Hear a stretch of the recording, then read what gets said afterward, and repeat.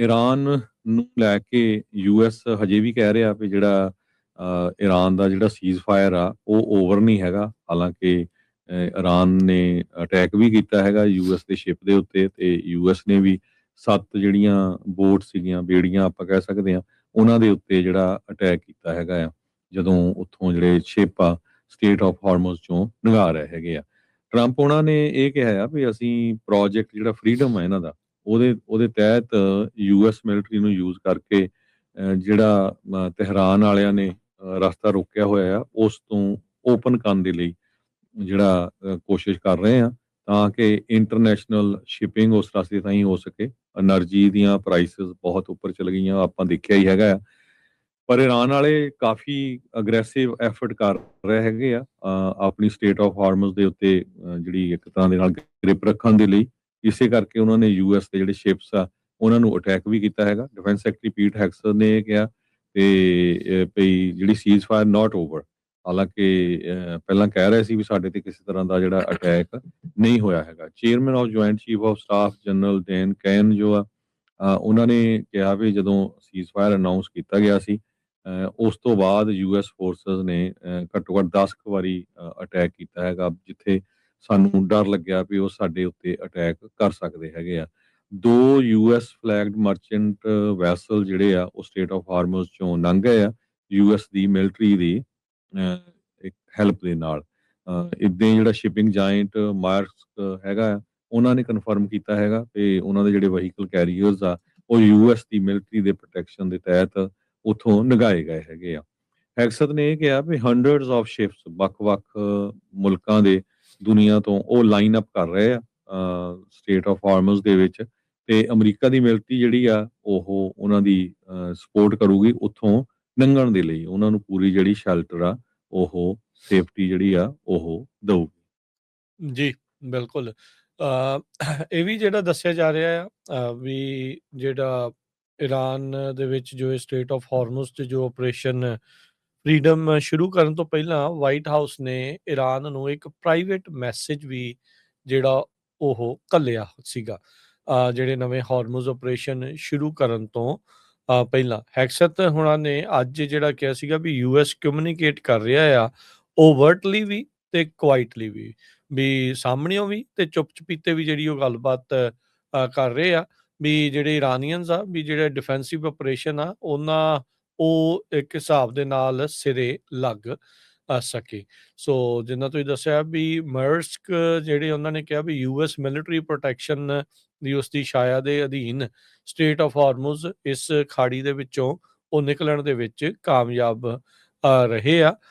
ਸੋ ਇਹ ਇੱਕ ਵਧੀਆ ਚੀਜ਼ ਜਿਹੜੀ ਹੋਊਗੀ ਜੇ ਇਵੈਂਚੁਅਲੀ ਇੱਥੇ ਤੋਰਾ ਫੇਰਾ ਇਹ ਜਿਹੜਾ ਲੰਘ ਆ ਸਾਰਿਆਂ ਦੇ ਲਈ ਖੁੱਲ ਜਾਂਦਾ ਹੈਗਾ ਆ। ਸੋ ਉਧਰ ਇਹ ਜਿਹੜਾ ਦੱਸਿਆ ਜਾ ਰਿਹਾ ਕਹਿੰਦੇ ਵੀ ਜਿਹੜੀ ਸੀਜ਼ ਫਾਇਰ ਅਮਰੀਕਾ ਇਹ ਕਹਿ ਰਿਹਾ ਵੀ ਸੀਜ਼ ਫਾਇਰ ਕੰਟੀਨਿਊ ਆ, ਕਹਿੰਦੇ ਵੀ ਉਹ ਖਤਮ ਨਹੀਂ ਹੋਈ। ਕਹਿੰਦੇ ਵੀ ਇਹ ਜਿਹੜਾ ਬੈਟਲ ਆਫ ਹਾਰਮਜ਼ ਆ ਜਿਹੜਾ ਸਟੇਟ ਆਫ ਹਾਰਮਜ਼ ਦਾ ਬੈਟਲ ਆ ਇਹ ਵੱਖਰਾ ਆ ਈਰਾਨ ਦੀ ਲੜਾਈ ਦੇ ਨਾਲੋਂ। ਈਰਾਨ ਕਹਿੰਦੇ ਵੀ ਉਹ ਜਿਹੜੇ ਇਸ ਤਰੀਕੇ ਦੇ ਨਾਲ ਜੋ ਦੇਖਿਆ ਕੱਲ ਇਹਨਾਂ ਨੇ 6 ਜਾਂ 7 ਜਿਹੜੀਆਂ ਇਹਨਾਂ ਦੀਆਂ ਹਾਈ ਸਪੀਡ ਬੋਟ ਸੀਗੀਆਂ ਈਰਾਨ ਦੀਆਂ ਉਹਨਾਂ ਨੂੰ ਅਮਰੀਕਾ ਨੇ ਨਸ਼ਟ ਕਰ ਦਿੱਤਾ ਸੀਗਾ। ਸੋ ਇਹ ਜਿਹੜੀ ਸਿਚੁਏਸ਼ਨ ਆ ਉਹ ਉੱਥੇ ਜਿਹੜੀ ਉਹ ਪਹੁੰਚ ਚੁੱਕੀ ਹੈਗੀ ਆ। ਸੋ ਟਰੰਪ ਹੁਣਾਂ ਨੇ ਇਹ ਚੀਜ਼ ਜਿਹੜਾ ਉਹ ਕਿਹਾ ਕਹਿੰਦੇ ਵੀ Iran should do the smart thing ਵੀ ਸਿਆਣਪ ਵਾਲੀ ਜਿਹੜੀ ਉਹ ਗੱਲ ਕਰਨ ਕਿਉਂਕਿ ਉਹ ਲੋਕਾਂ ਨੂੰ ਮਾਰਨਾ ਨਹੀਂ ਚਾਹੁੰਦੇ। ਤੇ ਟਰੰਪ ਉਹਨਾਂ ਨੇ ਕਿਹਾ ਵੀ ਮੈਂ ਉਮੀਦ ਕਰਦਾ ਵੀ ਈਰਾਨ ਦੀ ਇਕਨੋਮੀ ਟੋਟਲੀ ਫੇਲ ਹੋ ਜਾਵੇ ਕਿਉਂਕਿ ਮੈਂ ਜਿੱਤਣਾ ਚਾਹੁੰਦਾ ਆ। ਤੇ ਕਹਿੰਦੇ ਵੀ ਇਹ ਫੇਲ ਹੋ ਰਹੀ ਆ ਕਿਉਂਕਿ ਜਿੱਦਾਂ ਦੀਆਂ ਸੈਂਕਸ਼ਨਸ ਉਹਨਾਂ ਉੱਤੇ ਲਾਈਆਂ ਆ ਟਰਮੈਂਡਸ ਸੈਂਕਸ਼ਨਸ। ਸਕਾਟ ਪੈਸੈਂਟ ਜਿਹੜੇ ਟ੍ਰੈਜਰੀ ਸਕੱਤਰ ਆ ਕਹਿੰਦੇ ਵੀ ਉਹਨਾਂ ਨੇ ਬਹੁਤ ਸੋਹਣਾ ਕੰਮ ਕੀਤਾ ਆ। ਇਦਾਂ ਦੀਆਂ ਕਹਿੰਦੇ ਸੈਂਕਸ਼ਨਸ ਲਾਈਆਂ ਜਿੱਦਾਂ ਦੀਆਂ ਪਹਿਲਾਂ ਕਦੀ ਕਿਸੇ ਨੇ ਦੇਖੀਆਂ ਵੀ ਨਹੀਂ ਸੀਗੀਆਂ। So they should do the smart thing because we don't want to go in and kill people. We really don't. I don't want to. It's too tough.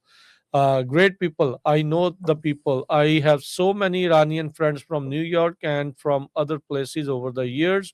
They are great people. I don't want to kill those people. ਸੋ ਉਹਨਾਂ ਨੇ ਜਿਹੜਾ ਉਹ ਕਿਹਾ ਸੋ ਜਿਸ ਤਰੀਕੇ ਦੇ ਨਾਲ ਇਹਨਾਂ ਨੇ ਸ਼ਬਦ ਵਰਤਿਆ we don't want to go in and kill people ਕੀ ਇਹਦਾ ਮਤਲਬ ਇਹ ਆ ਵੀ ਸ਼ਾਇਦ ਇਹ ਔਨ ਦਾ ਗਰਾਊਂਡ ਜਿਹੜਾ ਗਰਾਊਂਡ ਅਫੈਂਸਿਵ ਦੇ ਬਾਰੇ ਜਿਹੜਾ ਉਹ ਸੋਚਦੇ ਆ, ਕਿਉਂਕਿ ਇਹ ਸੀਜ਼ ਫਾਇਰ ਦੇ ਨਾਲ ਅਮਰੀਕਾ ਨੂੰ ਆਪਣੇ ਕਹਿ ਸਕਦੇ ਹਾਂ ਵੀ ਜਿਹੜੇ ਟਿਕਾਣੇ ਆ ਉਹਨਾਂ ਨੂੰ ਮਜ਼ਬੂਤ ਤੇ ਪੁਖਤਾ ਕਰਨ ਦਾ ਮੌਕਾ ਵੀ ਜਿਹੜਾ ਮਿਲਿਆ ਹੋਊਗਾ। ਸੇਮ ਵਕਤ ਉਹਨਾਂ ਨੂੰ ਵੀ, ਇਰਾਨ ਨੂੰ ਵੀ ਮਿਲਿਆ ਹੀ ਜਿਹੜਾ ਉਹ ਹੋਣਾ ਆ ਨਾਲ ਦੇ ਨਾਲ। ਓਵਰਆਲ ਜੇ ਦੇਖਿਆ ਜਾਵੇ ਹਰਜੋਤ ਸਿੰਘ ਜੀ, ਜਦੋਂ ਤੋਂ 28 ਫਰਵਰੀ ਤੋਂ ਇਹ ਹਮਲਾ ਇਰਾਨ ਦੇ ਉੱਤੇ ਸ਼ੁਰੂ ਹੋਇਆ ਆ, ਸੋ ਫਾਰ ਉੱਥੇ ਤਕਰੀਬਨ 3468 ਬੰਦੇ ਮਾਰੇ ਜਾ ਚੁੱਕੇ ਆ, 26,500 ਫੱਟੜ ਨੇ। ਉਸੇ ਦਰਮਿਆਨ ਲੈਬਨਾਨ ਦੇ ਉੱਤੇ ਵੀ ਜਿਹੜਾ ਉਹ ਬਰਾਬਰ ਦਾ ਹੀ ਹਮਲਾ ਇਜ਼ਰਾਈਲ ਨੇ ਕੀਤਾ ਹੋਇਆ, ਉਹਦੇ ਵਿੱਚ 2702 ਬੰਦੇ ਮਾਰੇ ਜਾ ਚੁੱਕੇ ਆ, 8311 ਇੰਜਰਡ ਨੇ। ਤੇ ਇਰਾਨ ਦੇ ਦੁਆਰਾ ਜਿਹੜੇ ਵੱਖ-ਵੱਖ ਥਾਵਾਂ ਦੇ ਉੱਤੇ ਡਰੋਨ ਤੇ ਮਿਜ਼ਾਈਲ ਹਮਲੇ ਕੀਤੇ ਗਏ ਆ, ਉਸ ਦੇ ਵਿੱਚ ਇਰਾਕ 'ਚ 118, ਕੁਵੈਤ 'ਚ 7, ਬਹਿਰੀਨ 'ਚ 3, ਕਤਰ 'ਚ 20 ਜ਼ਖਮੀ ਹੋਏ ਨੇ, UAE ਦੇ ਵਿੱਚ 12 ਮਾਰੇ ਜਾ ਚੁੱਕੇ ਆ, ਓਮਾਨ 'ਚ ਵੀ 3, ਸਾਊਦੀ ਅਰੇਬੀਆ 'ਚ ਵੀ 3, ਤੇ ਕੁੱਲ ਮਿਲਾ ਕੇ US ਮਿਲਟਰੀ ਦੇ 13 ਜਾਣੇ ਜਿਹੜੇ ਸਰਵਿਸ ਮੈਂਬਰਸ ਆ ਉਹ ਹੁਣ ਤੱਕ ਮਰ ਚੁੱਕੇ ਆ, ਤੇ 381 ਫੱਟੜ ਹੋਏ ਆ।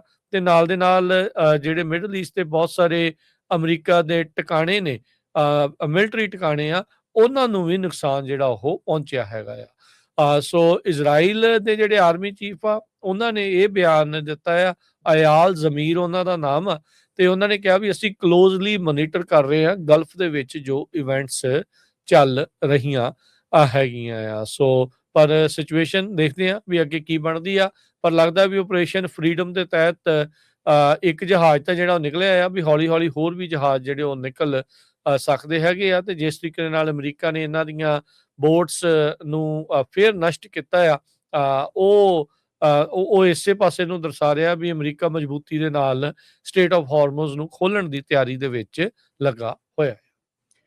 ਸਾਊਥ